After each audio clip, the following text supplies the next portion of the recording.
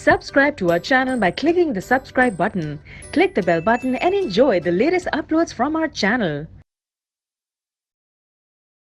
Question number 24. Name the pest that destroy the cotton ball. कौन करता है destroy cotton bollworm?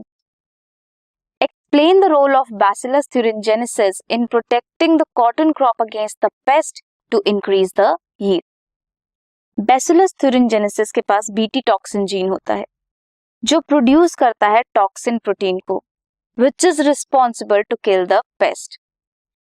Paste जैसे ही इंजेस्ट करते हैं बीटी टॉक्सिन प्रोटीन को, देन उनकी बॉडी में वो इनएक्टिव प्रोटीन एक्टिव हो जाता है क्योंकि उनकी गट का पीएच इज अल्कलाइन. एक्टिव हो जाएगा टॉक्सिन एक्टिव होगा जिसकी वजह से पेस्ट की डेथ हो जाएगी, विल बी किल्ड. इसीलिए स्पेसिफिक बीटी टॉक्सिन जीन्स को आइसोलेट किया था from Bacillus thuringiensis and incorporate किया था into cotton plant to make them pest resistant.